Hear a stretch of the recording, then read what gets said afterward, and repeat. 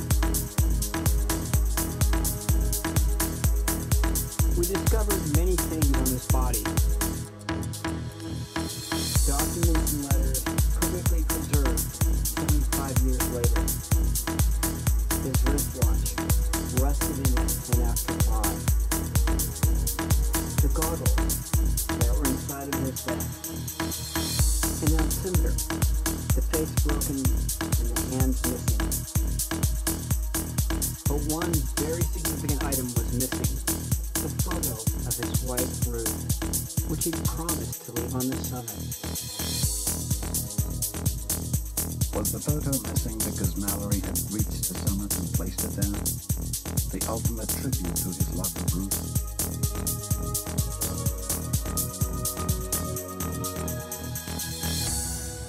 He was last seen about 800 feet below the summit, near the notoriously difficult second step.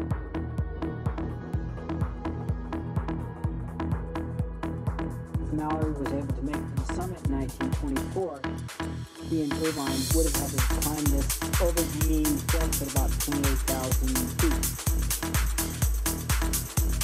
There's never been a confirmed free climb of the second step. Everyone who climbs it today uses a metal ladder bolted to the rock by Chinese climbers in 1975. I want to go back to Everest to try and climb the second step under the very same conditions Mallory faced. It was a pure trip when Mallory and Irvine approached it. No one had ever been there. It would have been an incredible feat of climbing if they'd pulled that off.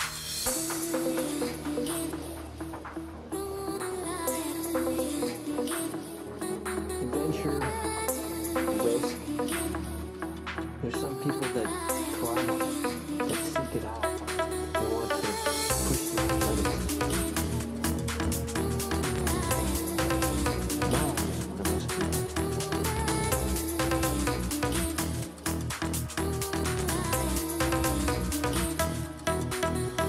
Mallory grew up in Cheshire, northern England. He made his first physical climb in Mount his home village. Mallory's father was a vicar here at this church.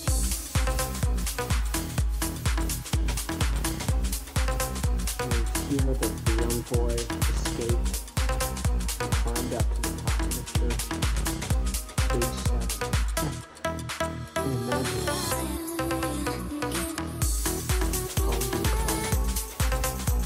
true passion and love.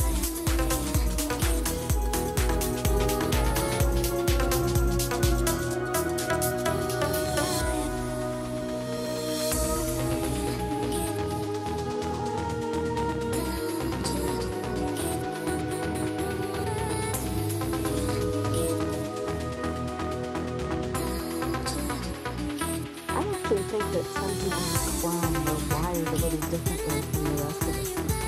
My grandfather really didn't feel fear of heights or precipices or anything like that.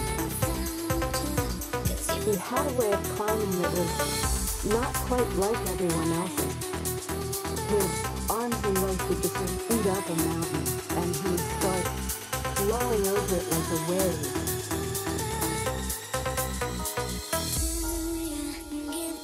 Aged 19, Mallory entered the University of Cambridge at a time of great cultural upheaval. So when I arrived in Cambridge in 1905, we pitched into this permanent bubble of ideas, excitement, intellectual, sexual, social, secret societies. He obviously possessed a remarkable charisma and charm, presence that drew the eye, compelled the gaze. My mind is in a state of constant rebellion.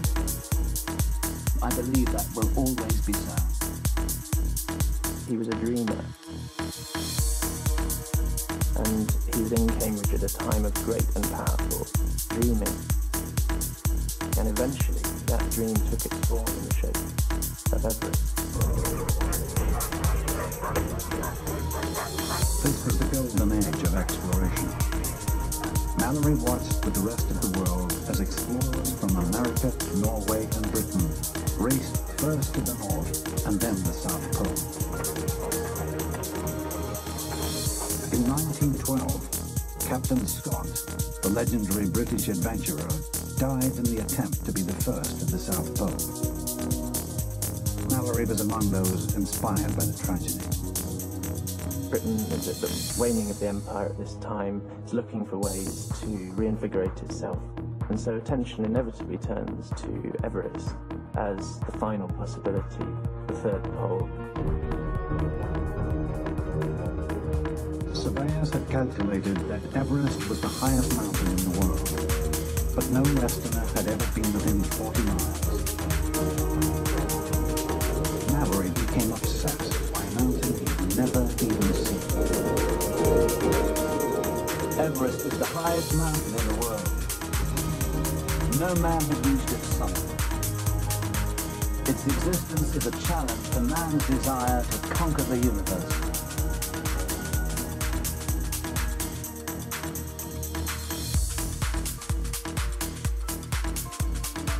Mallory wasn't just enthralled with Everest.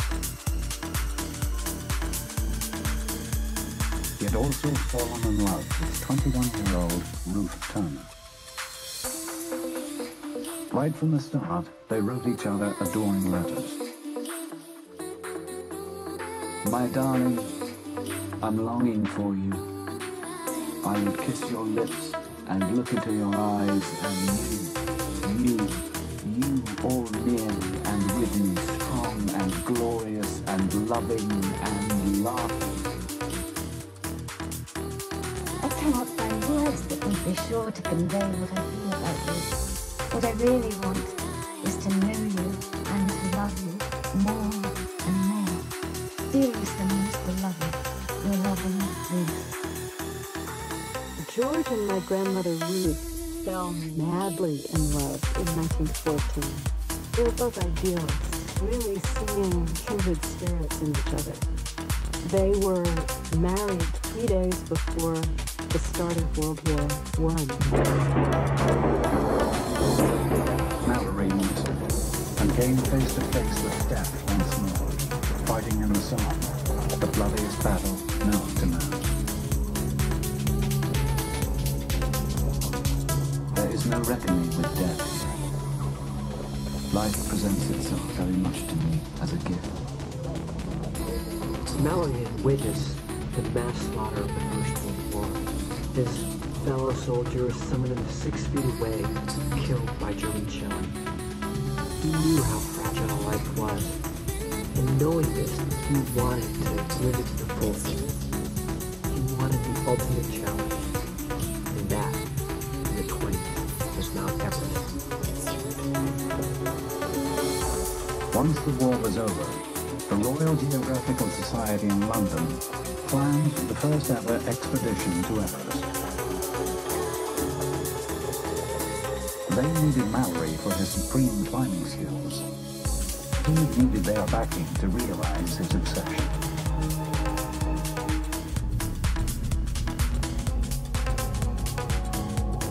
When Mallory undertook that first expedition in 1921, he had to approach Everest through Tibet from the north.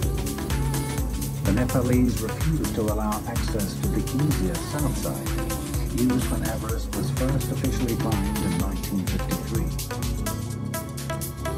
After an 8-week journey, Mallory finally set eyes on the mountain that had haunted him for so long. Like the wildest creation of a dream, Everest, a rugged giant, a prodigious white fang, a colossal rock plastered with snow. From the mountaineer's point of view, no more appalling sight could be imagined. When he first saw Everest, he describes it really almost as an adversary. It's very beautiful, but also ugly or frightful, like an ogre.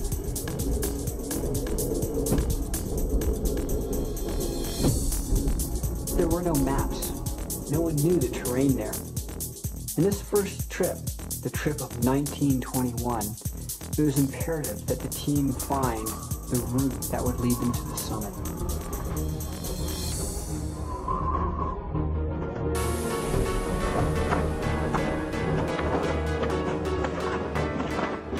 For months, Mallory led the search, but the route to the summit eluded him.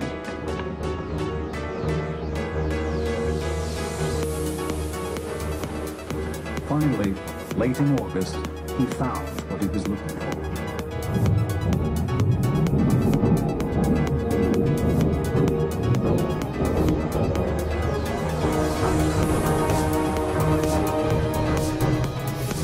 An enormous glacial valley that snapped for miles around the other giant peaks, towards the very foot of Everest.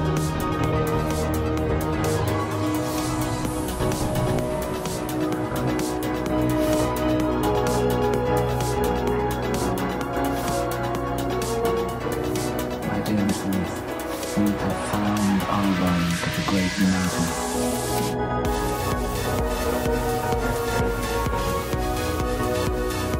At the end of the valley was a wall of snow and ice 1,000 feet high. led up to a crest that Mallory named the North Col.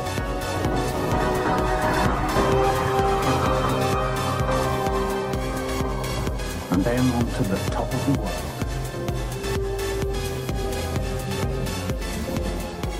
We have established our way to the summit for anyone who cares to try the highest adventure.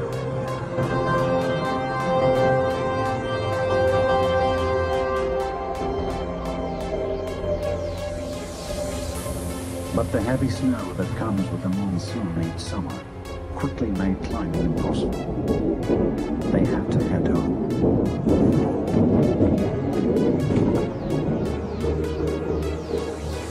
But within 6 months, Mallory was back again.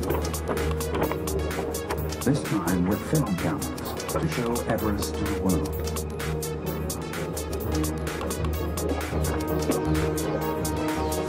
He climbed higher than anyone else before him.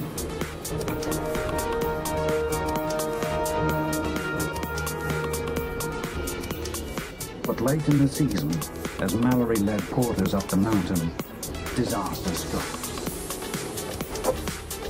The great snowfall had come. They got to a delicate place on this massive ice slope and triggered the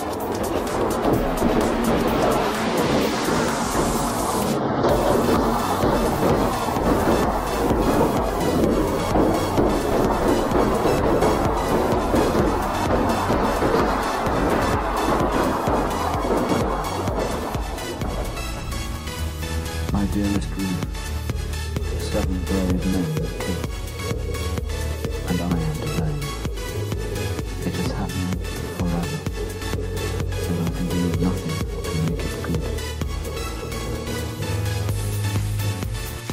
After the avalanche, and when George returned to Europe, he really had no wish to go back to Everest. He just wanted to get away from the deprivation and the danger, and also the memories of that avalanche.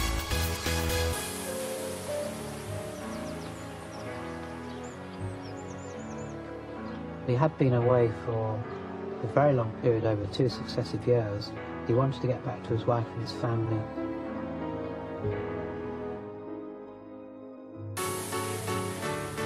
They had 3 children.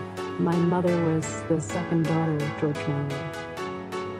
And at this point, I think he was really starting to think about wanting to be home more, to be with Ruth more, and to address himself to raising the kids.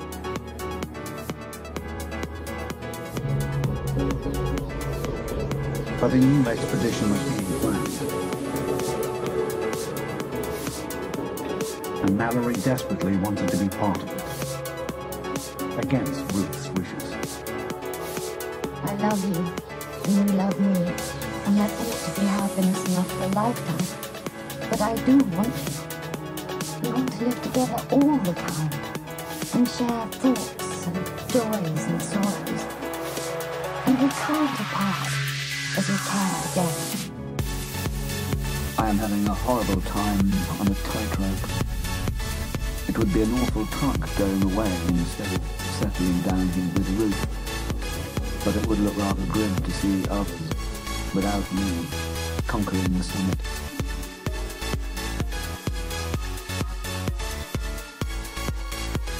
Mallory clearly loved Ruth very dearly. She was his sweet, domestic, beloved partner who represented all that was appealing about home, family, the flatlands of Cambridge, sea level. But Everest represented all that was exciting, adventurous, visionary, mystical. His personality was pulled between those 2 poles.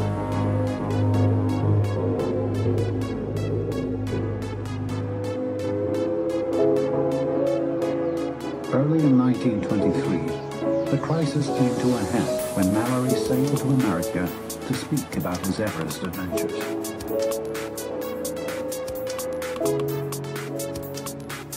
He was the star turner of the Explorers Club in New York. I can just imagine the audience on the edge of their seats as Mallory told them about the biting wind the lack of appetite, the fierce cold. A New York Times journalist asked the question, why climb Everest? Mallory gave his legendary reply. Because it's there.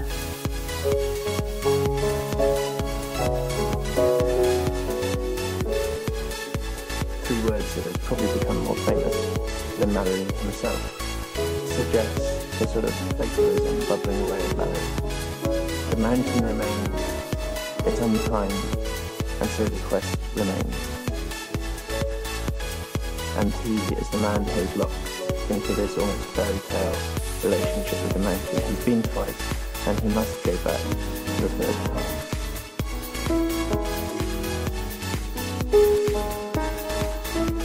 I think the idea that someone else would build on his progress and get to the summit on his shoulders was quite difficult for him to accept. It was, after all, his route and his mountain.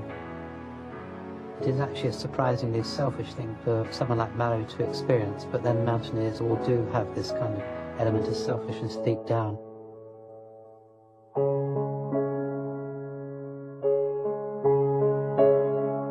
Aged 38, this was Mallory's last chance to conquer the mountain.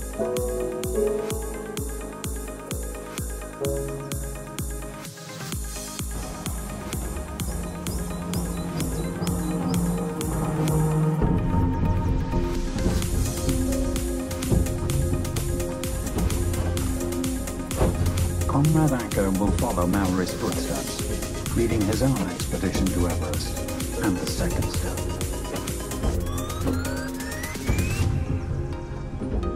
During his climb, Conrad plans to test clothes and boots modeled on those he found on Mallory's body.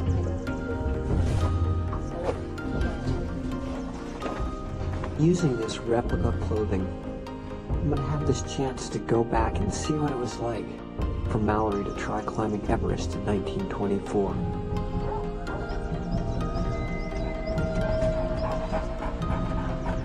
But like Mallory, Conrad is torn between his passion for Everest and his love for his family. My family's anxious about this trip. We're going to Everest. It's a deadly mountain. What's it worth? Is it worth leaving your kids behind? Why are you going to this mountain? Are you going to be safe? You know I love you. And I can see there, as I was trying to rationalize it to my wife and children, that it's a safe thing, and it's a fine thing to go on Everest, and it's a noble thing, but these are the same answers that Mallory had for Ruth. I know what it's like to be the wife of a climber, and I know what it's like to be the wife of a climber who doesn't come home. Jennifer was previously married to one of America's finest mountaineers, Alex Lowe, Conrad's climbing partner and closest friend. Just a few months after finding Mallory's body, Conrad was climbing with Alex when the mountains claimed another life. An avalanche struck Alex and I as we were climbing in the Himalayas.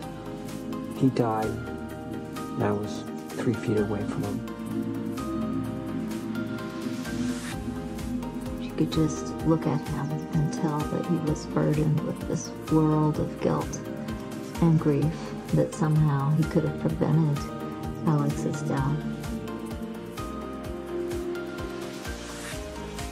In the aftermath of this tragedy, we communicated with each other, and eventually we grew to fall in love. And it wasn't just Jennifer that my love grew for, it was also the boys. Jennifer must really like climbers, and willingly bring me into her life and then marry and have me adopt the boys, because she knows it's downright dangerous work. Boys, wow! Good God! Is this my Halloween costume, or is this what I'm going up Everest in? You got me laughing. It's like a Spectre jacket. Mom can appreciate it. Oh, it's amazing to think of those kids going for the summit and clothing themselves. Would you climb Everest in that fit? No. What would you wear? I can climb Everest.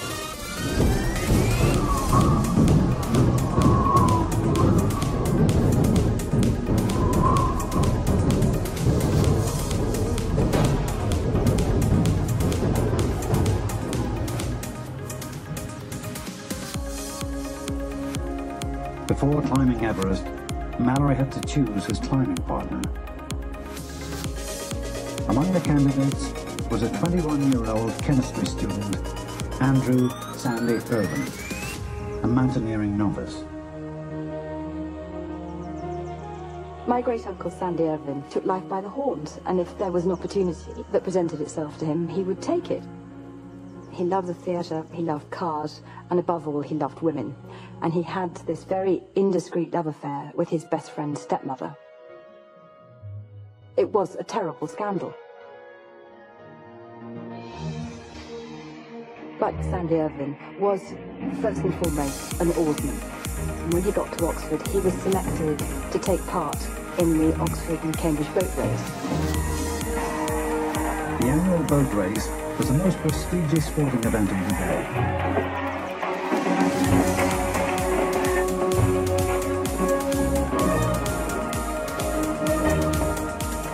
They were victorious, and what Mallory saw in Sandy was this extraordinary ability that great oarsmen have, which is to row through pain, to push himself almost beyond normal human limit. But there was another reason for choosing Irvin. Mallory needed someone technical to master the oxygen equipment vital at high altitude.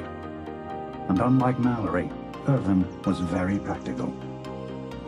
Sandy asked the Mount Everest committee to send him a 1922 set, plus the drawings, and he spent hours and hours in his rooms in Oxford, trying to make it serviceable, trying to make it lighter, stronger, and less fragile, so that the climbers could use it with greater confidence. And so the fact that Sandy was so practical with the apparatus, I think made it quite clear in Mallory's mind that he was a useful man to have climbing with him.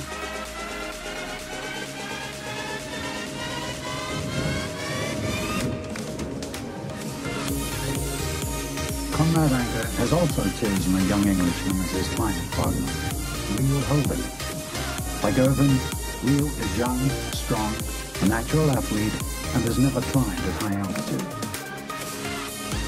The 90 feet high second step will be a dangerous venture into the unknown.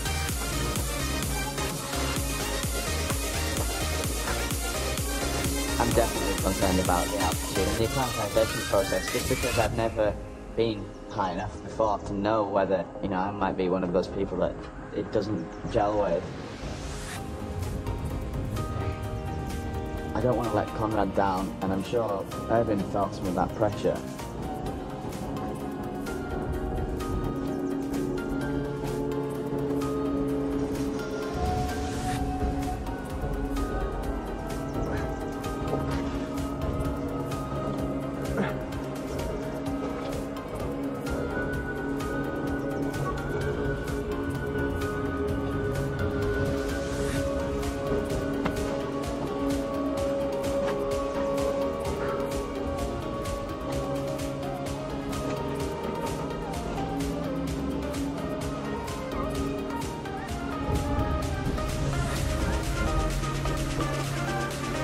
Leo has never been to altitude. It's unknown. And you can't walk into a hospital and take a test that will come back and say, oh, you'll do well at altitude. Some people do really well. But I've seen fit people doubled over and with splitting headaches.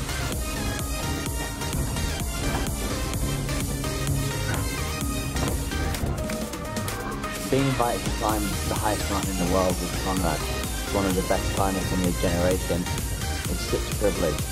For Irvin, being invited to climb with George Mallory, the best climber of his generation, on the unclimbed Mount Everest, I just can't imagine how he must have felt. I am walking on metaphorical air. We shall go all out for the summit. If I have to die, then there would be no finer death than in an attempt to conquer Everest. On February the 29th, 1924, Mallory set sail from Liverpool after making Ruth a solemn promise. As my grandfather was leaving England and leaving my grandmother, he told her that he would leave a photograph of her at the top of Mount Everest. And I think he was pretty confident that he would get there and that he would leave that photograph. With the eyes of the world upon them, Mallory and Irvine set out on the 3-week voyage for India.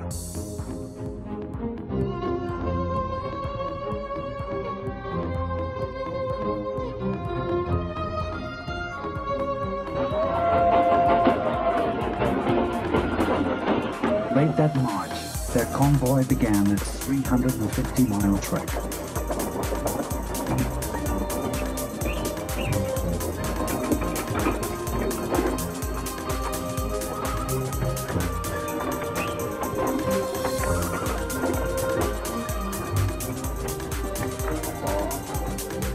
"5,000 miles apart, Mallory and Ruth wrote to each other frequently.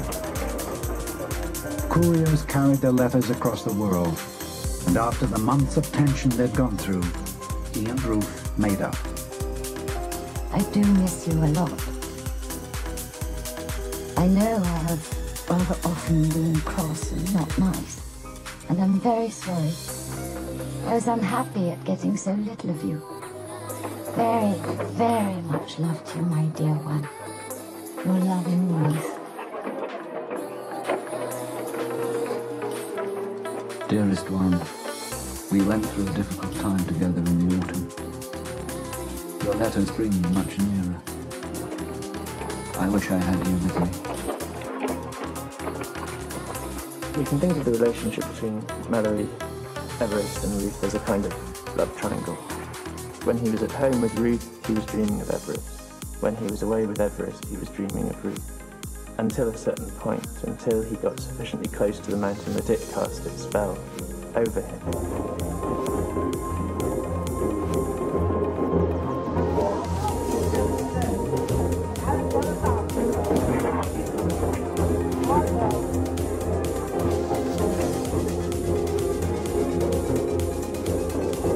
The convoy of 300 pack animals and 70 porters journeyed through Tibet.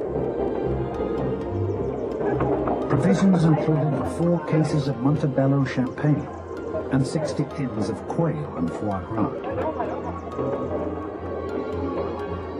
On April the 25th, 17,000 feet up, they reached the last pass before Everest, Panglar.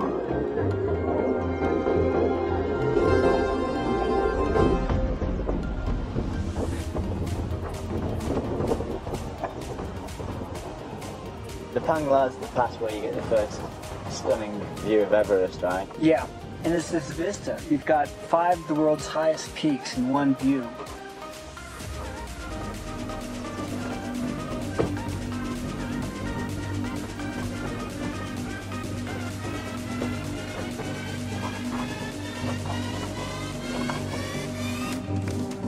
That's Everest.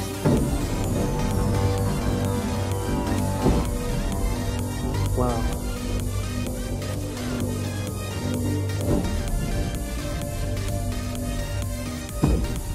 It's so much bigger than all the other ones, isn't it? Yeah.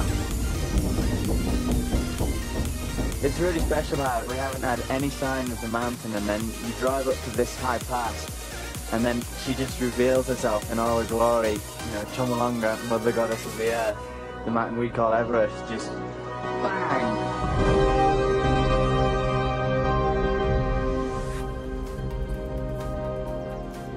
It's one little photograph taken on the 26th of April, 1924. It's pretty amazing. You see Everest there. There's Mallory, Irvine, a couple of their Sherpas they had with them in their pony. This is almost exactly the same spot, right? Pretty close. And they spent 3 weeks trekking on the plateau to get to this point, to be able to see it. And they were on their feet. They'd walk every day. I mean, you think for us to get here, we'd have been in a Jeep.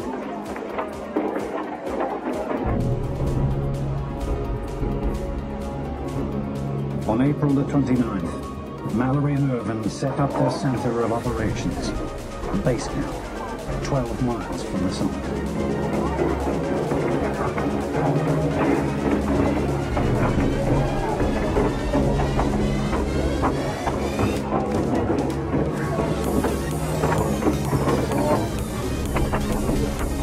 Like Mallory, Conrad will rely heavily on Sherpa porters, accustomed to high altitude.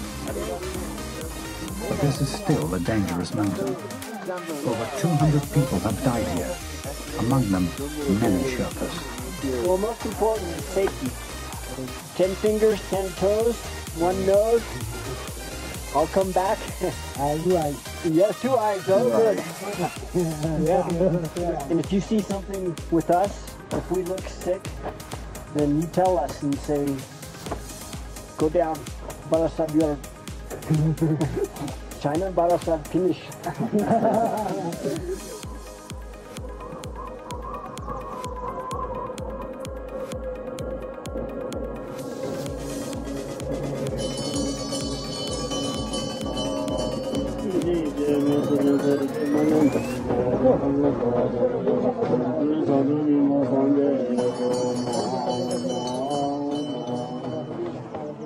Before one embarks on an expedition, it's customary to have a puja, which is a blessing ceremony.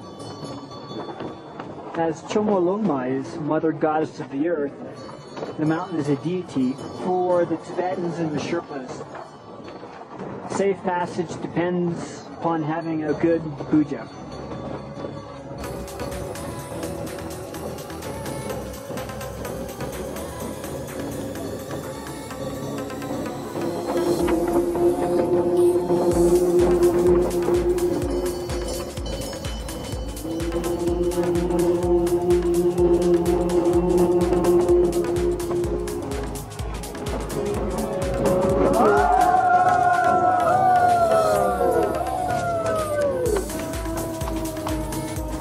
Good luck, everybody.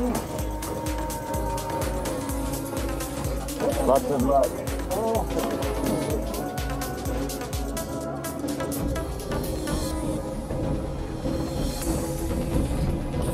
The monks from the ancient monastery nearby gave Mallory a very mixed welcome when he approached their sacred mountain, Chomolungma.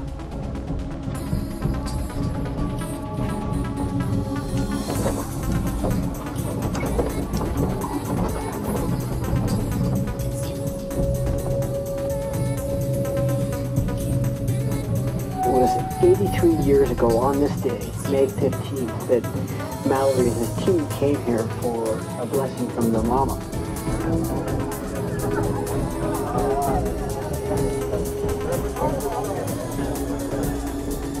The head Lama welcomed the strange white climbers, but it was an ominous encounter.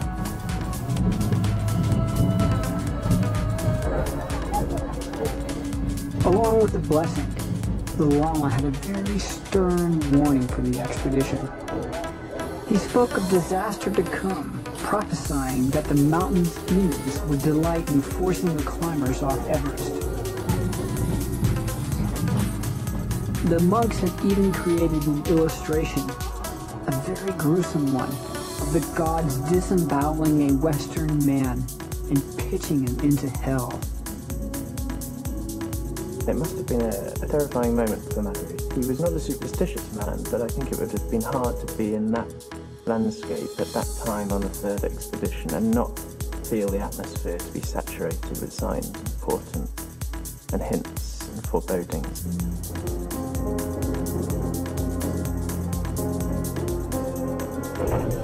Despite the bad omens, Mallory hoped that this time he'd summit the mountain. The weather was good. He planned to reach the top of Everest by mid-May to beat the snows that came with the monsoon.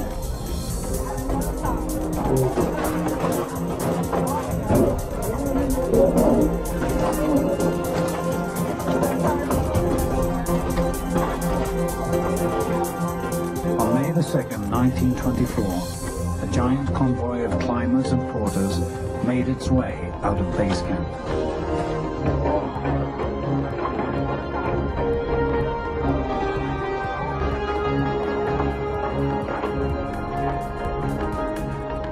My dearest Ruth, the thought of you will be present in the most important decisions.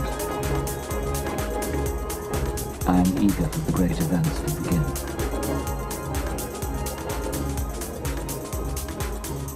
Mallory realized that the way to attack Everest was a series of camps, almost militaristic in style. You go some way up, then come back down, recuperate, and then move back up. It's how you acclimatize. He pioneered this technique, and it's the one they still use on Everest today.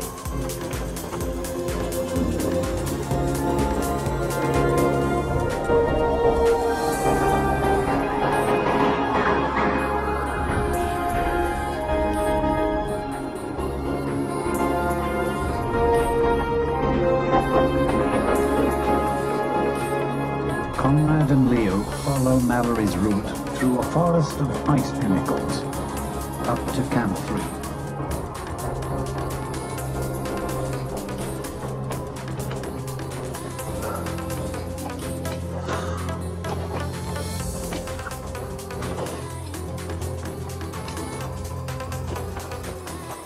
You definitely can't cheat or hide from altitude and acclimatization. It just makes everything really hard work. This is it, Leo. Finally. Camp 3 for 1924. At Camp 3, altitude really begins to show its nasty side effects. With each breath, you're getting fewer molecules of oxygen in. It's insidious. You lose your appetite, you have splitting headaches, you have a difficult time just doing the simplest of tasks. And yet, 9,000 feet above you, the summit of Everest, and it's calling.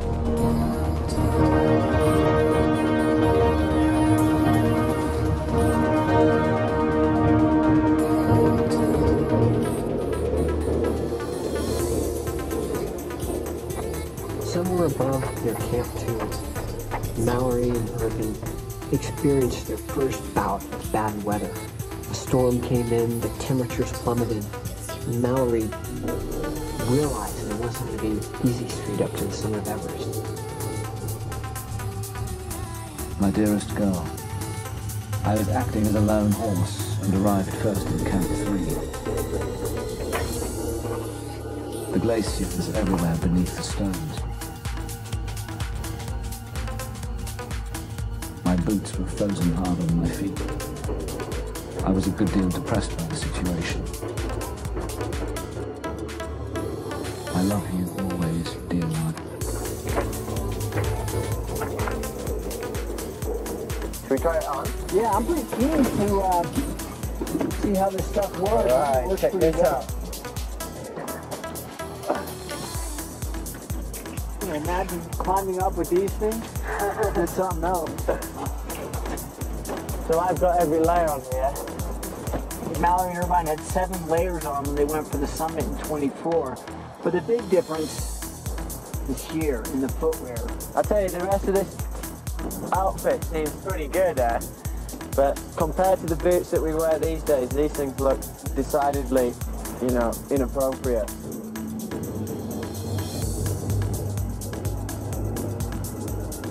Wearing hobnail boots and gabardine jackets, Conrad and Leo venture onto the mountain. We were right near the spot where 7 of Mallory's porters lost their lives in the avalanche. But as in 1924, we were just bound together by a thin cotton rope.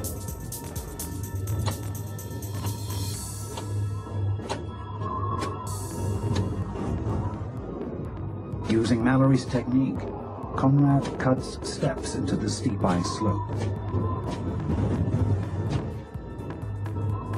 This is real mountain terrain, and if you lose your footing, you'll fall down 1,000 feet to the base of it. And we need to start being careful now. There's crevasses, there's danger of avalanche. When you stand on the edge of a crevasse, you just see this slop disappearing down into the glacier, hundreds of feet deep. But the dangerous ones are the ones that you can't see.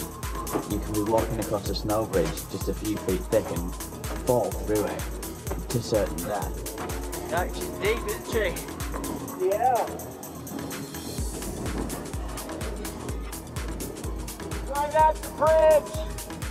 10 feet of rope. Be careful, my friend.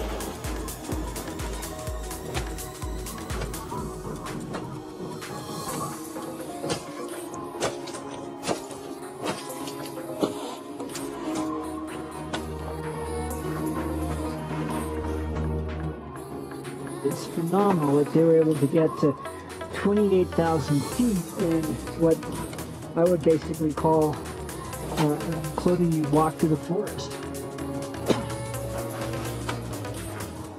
Oh, good job, Leo. Oh, good job, Conrad.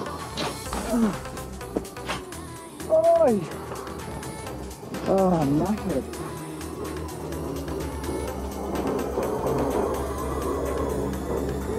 In 1924, Mallory's team were pinned down by weather so severe, Sandy Irvin feared for his life. May the 10th. Had a terrible night with wind and snow. I don't know how the tent stood it. Very little sleep, and about 2 inches of snow over everything in the tent. Awful headache this morning. Irvin was suffering from altitude sickness. His role as Mallory's climbing partner was now in doubt. The harsh conditions forced the entire team back down to base camp. When they arrived there, they found that 2 of the staff were dead. Instead of preparing for a summit fit, they were burying people at base camp. It must have been quite strange for Irvin to come to terms with that. One of our NCOs suddenly got paralysis, probably due to a clot on the brain from frostbitten fingers. The poor fellow died within half a mile of base camp. Meanwhile, Mallory planned another dangerous summit bid. But he allowed no sign of the team's suffering to show in a letter to his eldest daughter, Claire. My darling, there is not so much wind today, so it is nice and warm. Now tea has come, and for the first time since I don't know when, cake. Shall we have a little tea party together one day in August with a flat, warm, squidgy cake and nothing else? Haven't you got a greedy daddy?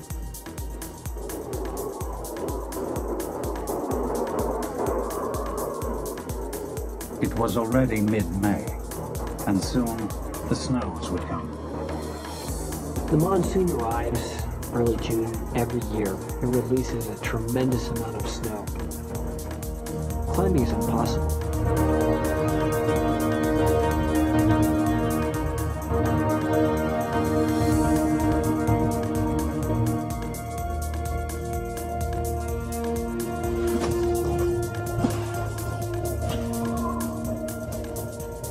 We had the same challenge as Mallory in 1924. We were there late in the season. If we didn't get up the mountain before the monsoon hit, we'd be in very serious trouble.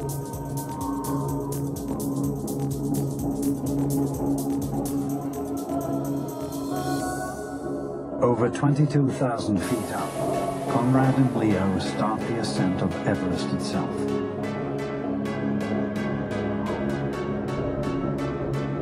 They are on one of the most treacherous parts of the mountain, the giant wall of ice and snow that leads up to the North Col, the launch pad to the summit.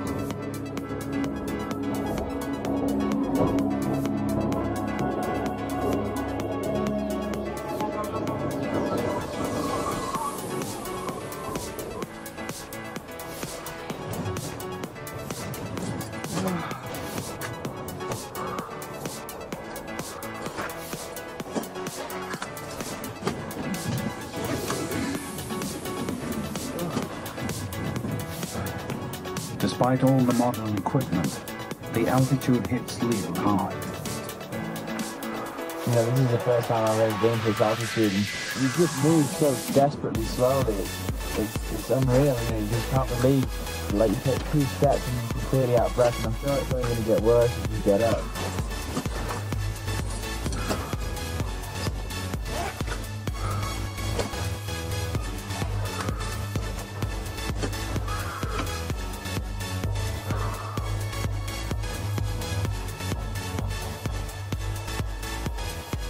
With hobnail boots and no guide ropes, Mallory led the assault on the North Col, cutting steps into what he called its great battlements of ice.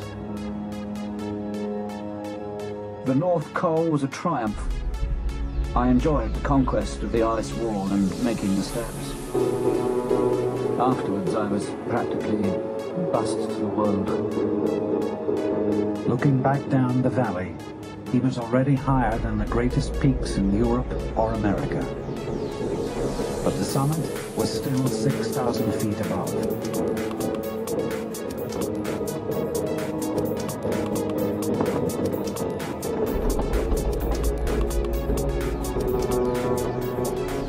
Here on the Col, Mallory set up his bridgehead to Everest, Camp 4. He planned higher camps further up the mountain. These would take him within striking distance of the summit. Mallory had a cough that wouldn't go away. Irvin was suffering from diarrhea, and the cold never left him.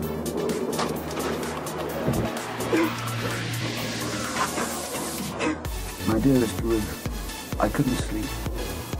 Distressed with bursts of coughing fit to tear on guts. Fierce squalls visited our tents and shook them with the disagreeable threat of tearing them away from their moorings.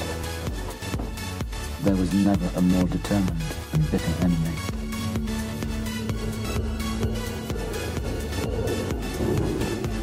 "23,000 feet up, Conrad and Leo test out Mallory's gear one last time. Suddenly, temperatures plummet to 20 below freezing. They're in severe danger of frostbite.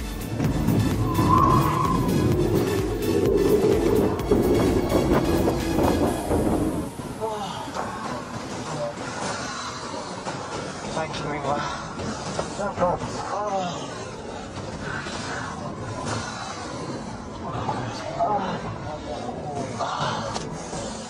Oh man, I can't imagine going through 8,500 meters in these boots. Which is my theory that if those guys were moving, they were okay, but once they stopped moving, the clock was ticking. And it was a different game altogether.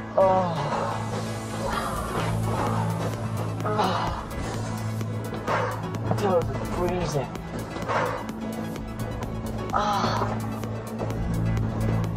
In 22, Mallory frostbit one of his fingers. And he commented that it was bad, but not that bad. And then, sort of in a little note aside, he said, I wouldn't mind if I lost a finger for this summit.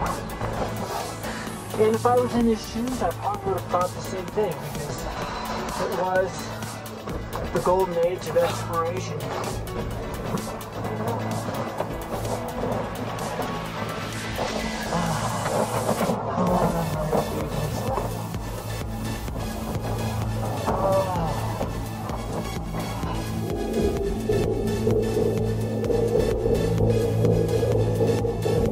Bad weather blocks Conrad's path, and the monsoon with snows are imminent. He and Leo risk being trapped high on Everest, beyond rescue. It was a stressful moment. What are we doing? We're climbing into the second week of June, the monsoon's on our ass. I get on the phone to Jennifer, and I say to her, it's not worth what I'm putting you and the family through, and I'm ready to come home. The window was closing. I knew the monsoon was coming. I was looking at the satellite imagery of the weather. I said, Conrad, you know what? I'm looking at the computer screen and I'm seeing this giant wall of weather and it's the monsoon. And I just said, Conrad, you need to be confident that you can make it. But if you have a chance to climb the second step, I want you to go for it.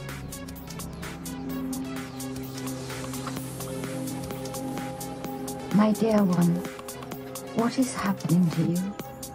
I wonder so much. Are you happy and are you well?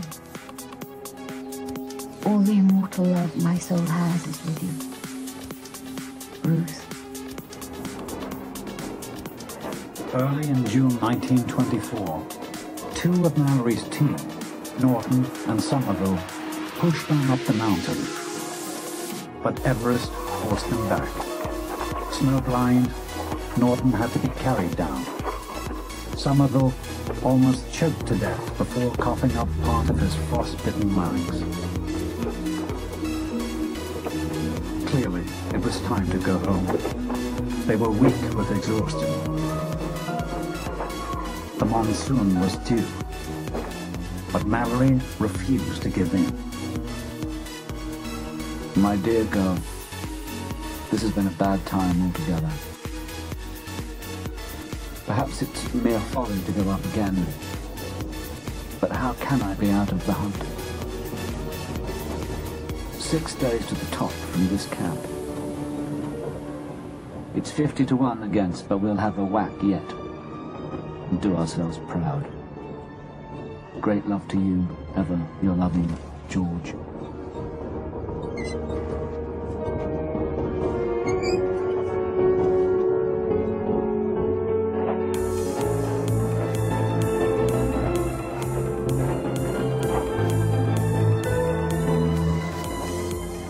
The big question is why George and Mallory thought it was worth one more shot.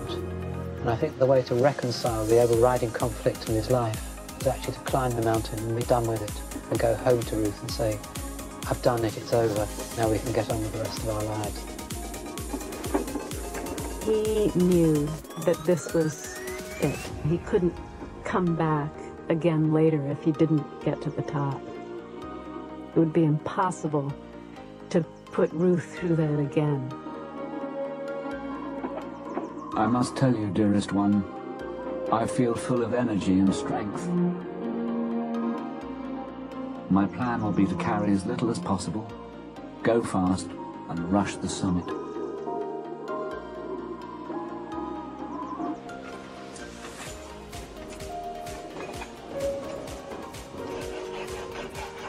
Mallory now needed oxygen and Irvin more than ever. He wanted his partner, now over the worst of his altitude sickness, to apply his technical skills to the final assault. Irvin has been brilliantly skillful about the oxygen.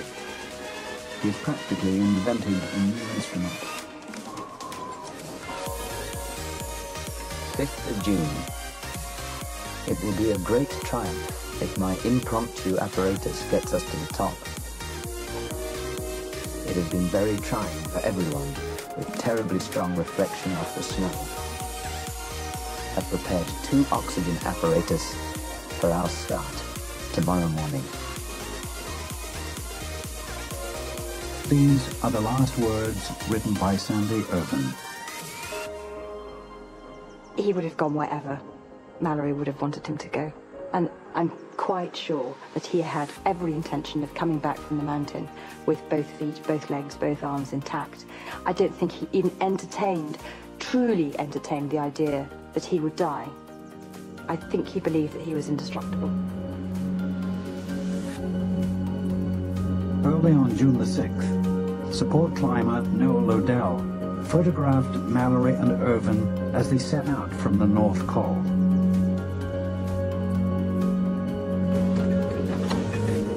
Who could hold back when such a victory, such a triumph of human endeavor was within their grasp?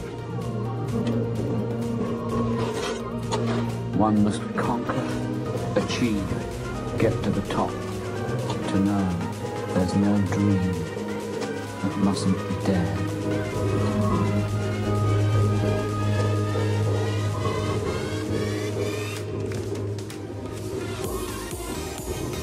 There's nothing on top of Mount Everest. There's not a pot of gold.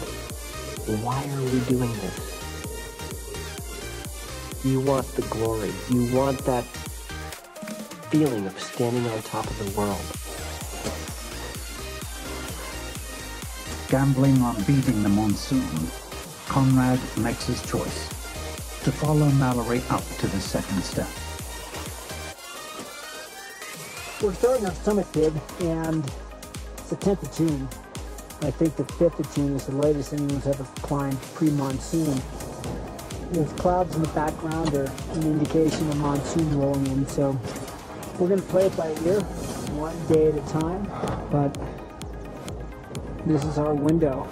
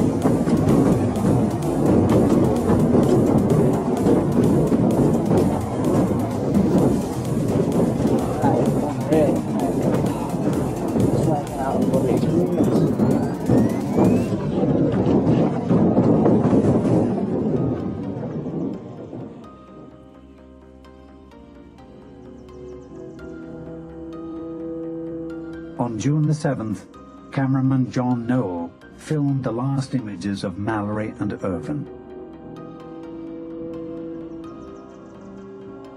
They were 2 miles above him, with their porters, climbing into the death zone, where the lack of oxygen makes it impossible to function for long.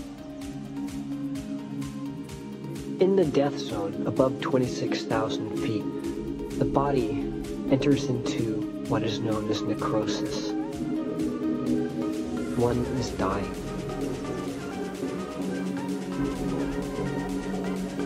Humans weren't meant to survive this altitude, and you're on borrowed time.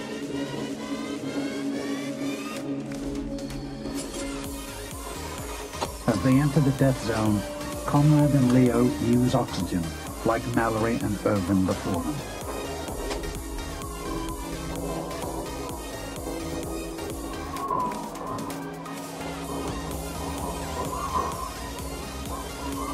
I was just thinking, death zone, this place isn't that bad. All of a sudden, the first of the dead bodies that we encountered appeared right by the path. And it was a real, well, I mean, when else do you walk past a dead body, you know, unless you're in a war zone, you're never going to witness anything quite like that. It's such an extreme environment there that no one can do anything about it. They can't bring them down.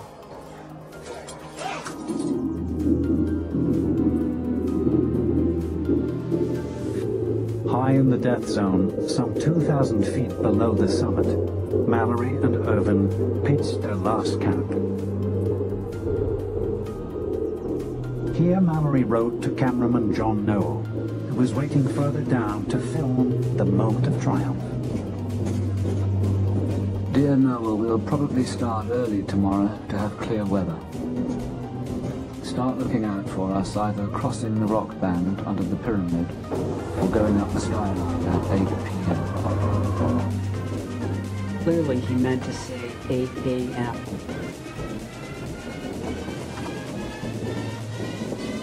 He was tired.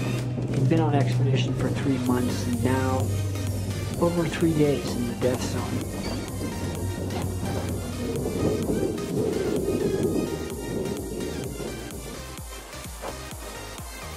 It's about the headlight.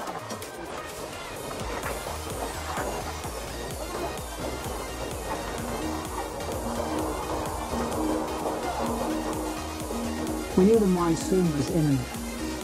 We only had a 12-hour window. We had to strike while the iron was hot. You're so nervous that I woke up before the alarm and turned our headlamps on, got all the layering systems set up. When you step out of the tent, it was a bit like a starting gate. I was ready to go. Leo was so excited. We had that boost of summit energy. It's probably similar to what Mallory and Irvine had on their summit day, when they were there within striking distance of the first ascent of Everest.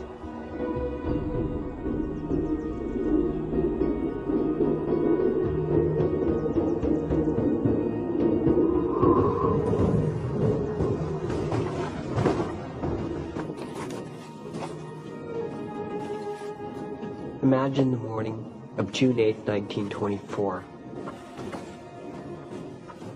They're cold, they've had a restless night of sleep. Compound this with lack of appetite, severe dehydration. Their bodies are wasted, their mental faculties are compromised. Simple things become monumental chores.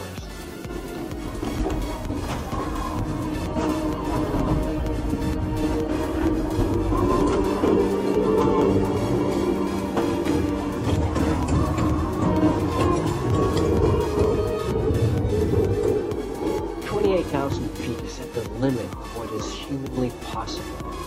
Even with supplemental oxygen, it's very, very desperate. And above them is a route that no one has ever been on. And when you're the first, overcoming this sense of the unknown is one of the greatest challenges.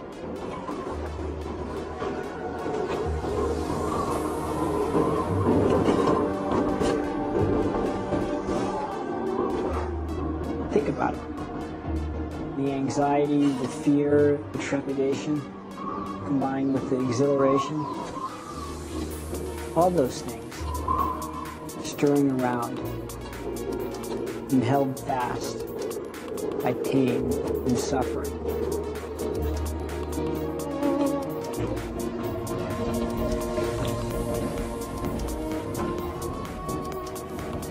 Mallory and Irvin climbed the north face, up towards the summit ridge, where the second step blocked their path.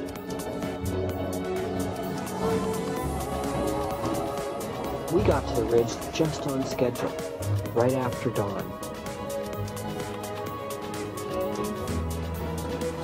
Absolutely wonderful.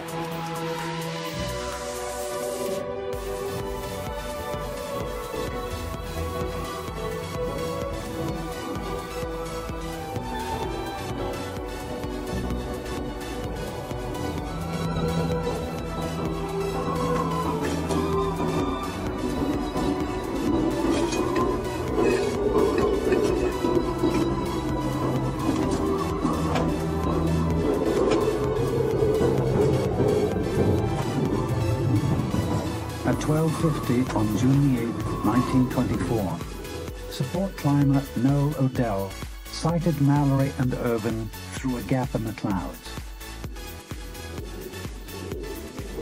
My eyes became fixed on a tiny black dot a short distance from the base of the final pyramid. Another moved up to join it. They were moving expeditiously as if to make up for lost time. Then the whole fascinating vision vanished, enveloped in cloud.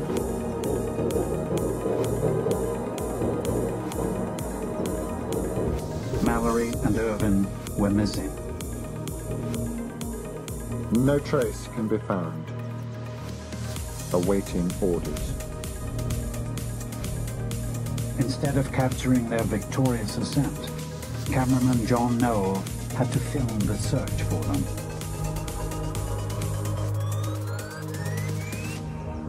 Days later, blankets laid out as a cross in the snow signaled the devastating news. Mallory and Irvin were lost, presumed dead.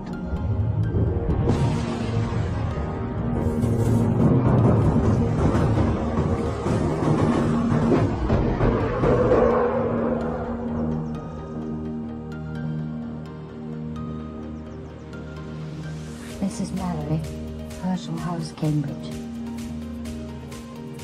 Committee deeply regret received bad news. Everest expedition today. Your husband killed. Last crime. Committee offer you and family heartfelt sympathy.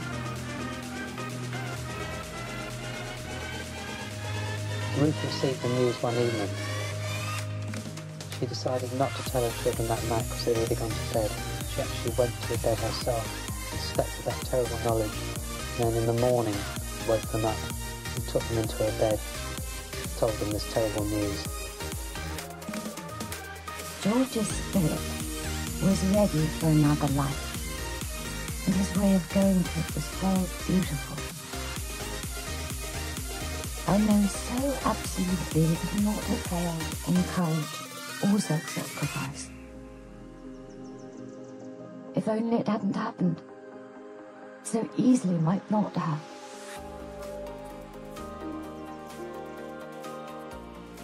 The golden age of exploration had ended in tragedy. The fallen hero was mourned by king and country. It must have been an extraordinary day, the bells ringing out around Britain in mourning. And then a memorial service in St. Paul's, the mourners packing the pews, and speeches given in Mallory's honour.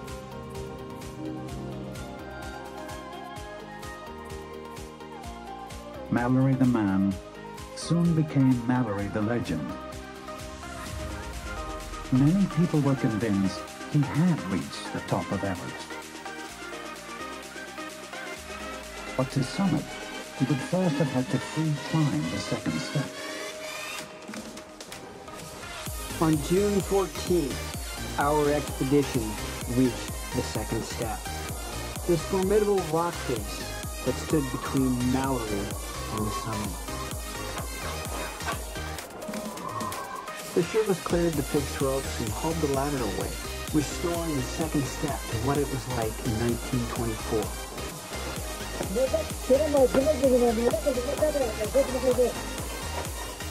Goal is today, pull the ladders up and climb it free, that is without the assistance of the Chinese ladder.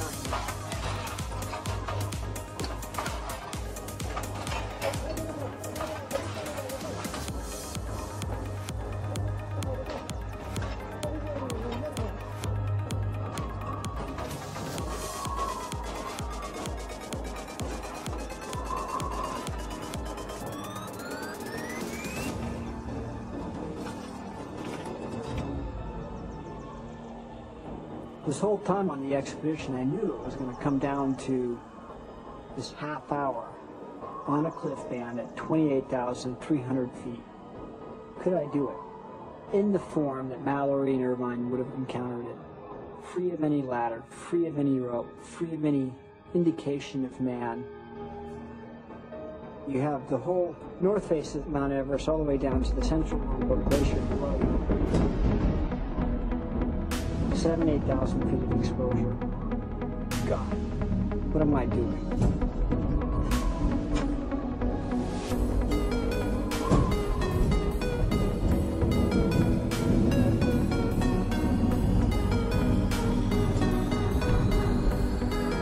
Just like Mallory and Irving, Theo and I were tied together.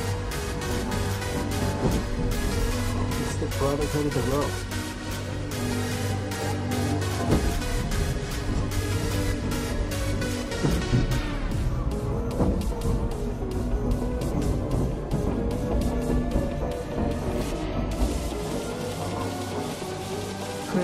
Imagine this.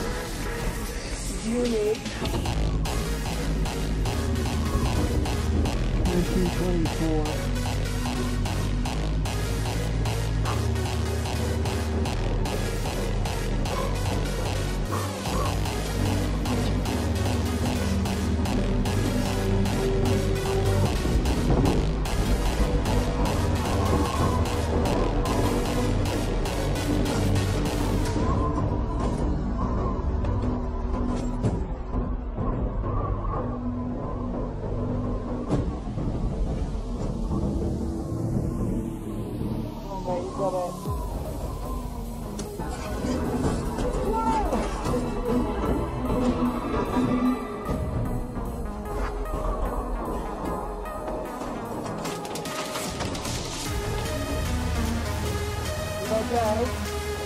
Yeah.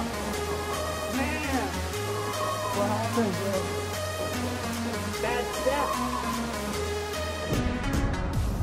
Had I not caught myself, there's a good chance I could have fallen over the edge, pulled me up from the mountain, and fallen 7,000 feet to the central Longboat Glacier. I think it shook him up somewhat, and he ended up spending quite a long time figuring out what to do next, recomposing himself, and he went for at least 20 minutes. Down on my shoulders. Why are you giving it a go? My job was to climb the second step. I knew that I had to try it from a different angle.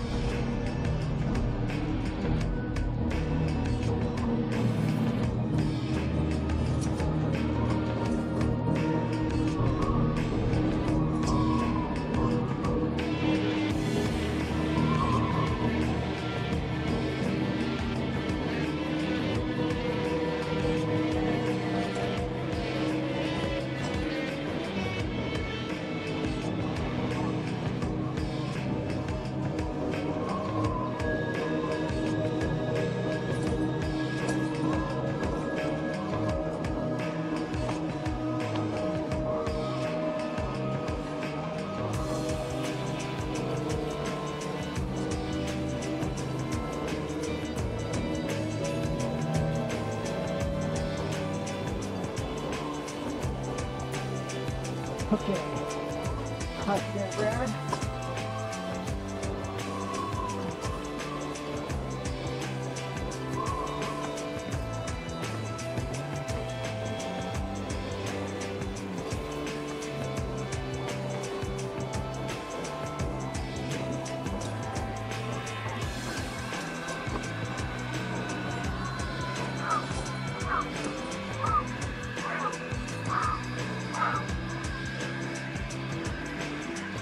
I think I got it, Leah.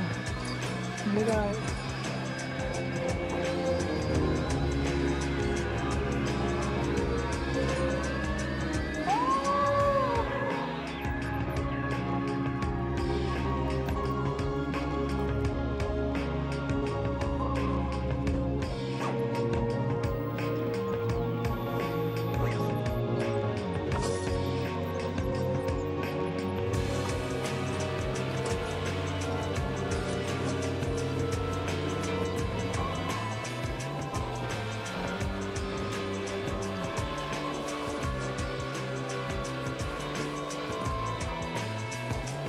After 8 years of keeping me awake at night and being the 90 feet of climbing that I had to get done, I got the second step.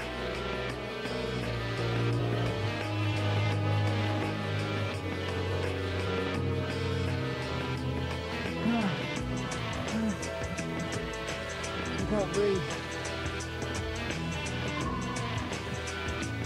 I realised that my toes have gone completely numb. My biggest fear through this whole experience has been getting frostbite in my toes. I was just concerned about getting to the top of the second step as quick as I possibly could.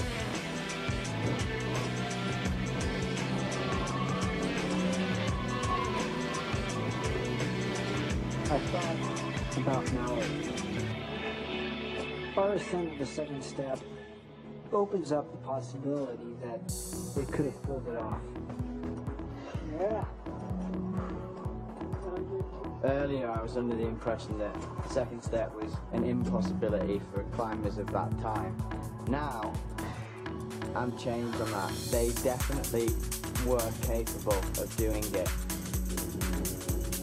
The second step is not too much of an obstacle for them to overcome.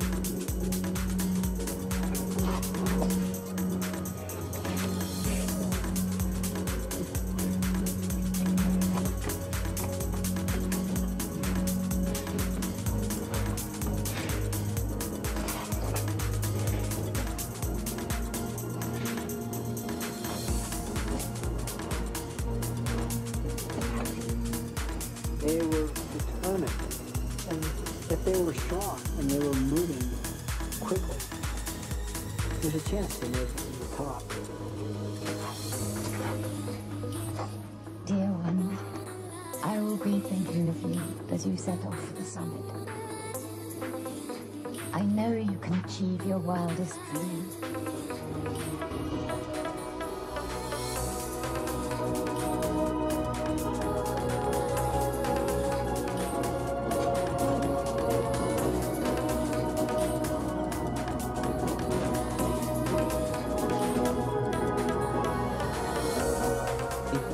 Within 200 yards or so of the top of Everest, we shall go.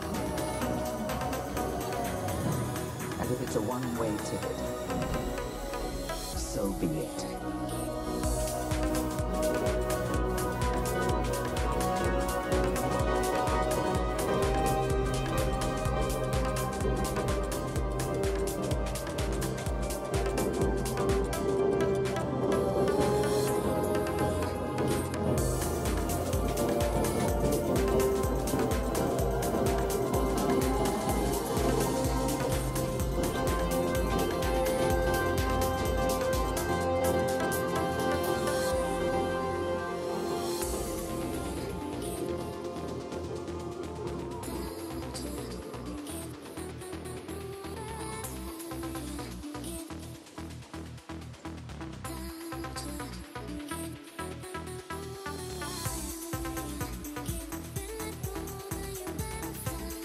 Years after I found the body of George Mallory, the circle is complete.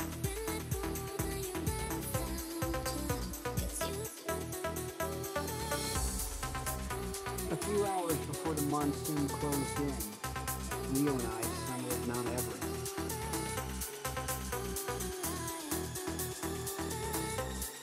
And we have shown that these could have been Mallory and Irvin's final footsteps.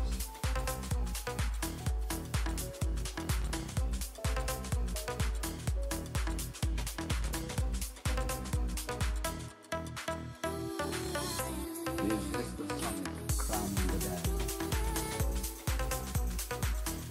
How cool and how quiet. Have we vanquished